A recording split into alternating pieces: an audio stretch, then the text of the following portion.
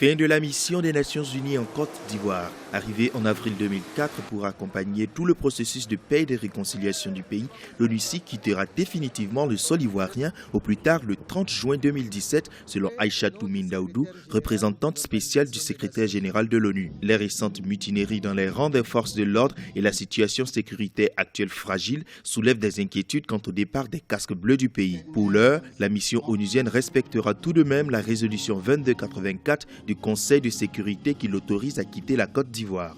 L'ONUCI a rempli son rôle conformément au mandat en 14 ans de présence et le Conseil de sécurité a estimé qu'aujourd'hui la présence de la mission n'est plus nécessaire en Côte d'Ivoire.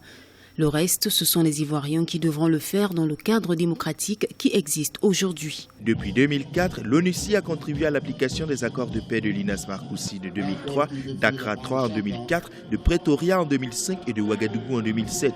La mission onusienne était aussi présente sur le sol ivoirien lors des élections présidentielles de 2010 et de la crise post-électorale qui s'en est suivie. Pour certains analystes, le temps est venu pour la Côte d'Ivoire de prendre elle-même en main ses défis sécuritaires pour sa stabilité.